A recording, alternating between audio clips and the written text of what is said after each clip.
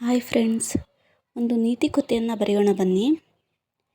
ಒಂದು ಕಾಡಿನಲ್ಲಿ ಒಂದು ಜಿಂಕೆ ಮತ್ತು ಆಮೆ ವಾಸವಾಗಿತ್ತು.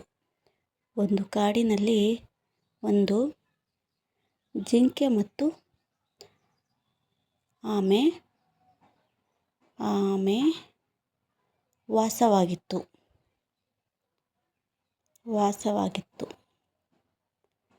ಜಿಂಕೆಯು ತಾನು ಬಹಳ ವೇಗವಾಗಿ ಓಡಬಲ್ಲೆನೆಂದು ಜಂಬ ಕೊಚ್ಚಿಕೊಳ್ಳುತ್ತಿತ್ತು.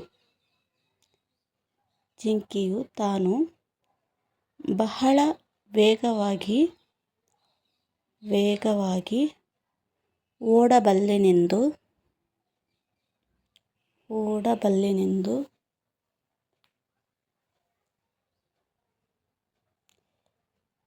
ಜಂಬ ಕೊಚ್ಚಿಕೊಳ್ಳುತ್ತಿತ್ತು.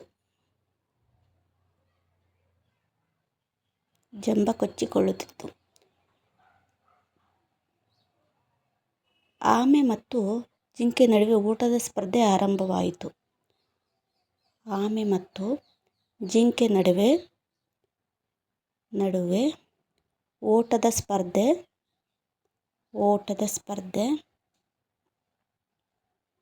ಆರಂಭವಾಯಿತು.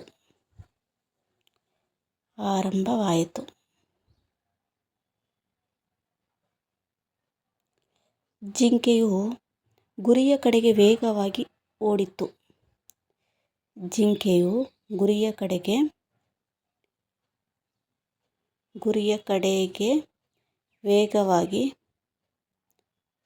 ಓಡಿತು.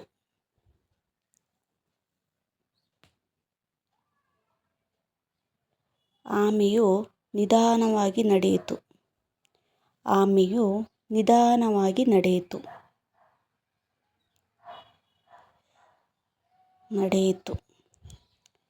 ಜಿಂಕೆಯು ಆಮೆಗಾಗಿ ಹಿಂದಿರುಗಿ ನೋಡಿತು.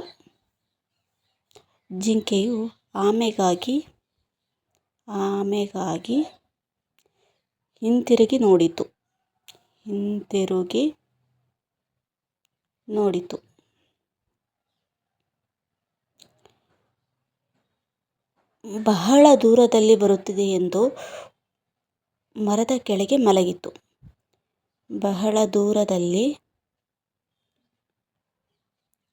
ಬರುತ್ತಿದೆ ಎಂದು ಮರದ ಕೆಳಗೆ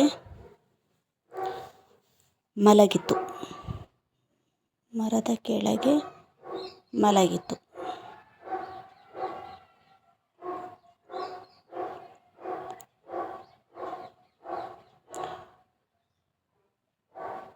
ಆಮೆಯು ನಿಧಾನವಾಗಿಯಾದರೂ ಗುರಿಯನ್ನು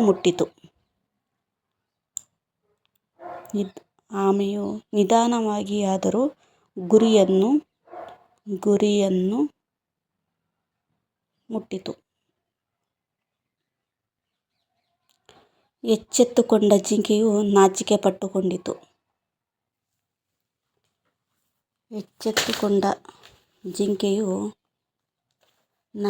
ಪಟ್ಟುಕೊಂಡಿತು.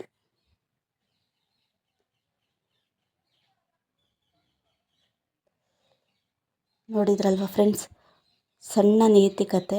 ಇದರಿಂದ ನಾವು ಏನು ತಿಳ್ಕೋಬಹುದು ಅಂದರೆ, ನಿಧಾನ ಮತ್ತು ನಿಶ್ಚಲತೆ ಇದ್ದರೆ ಗುರಿಯನ್ನು ಮುಟ್ಟುತ್ತದೆ.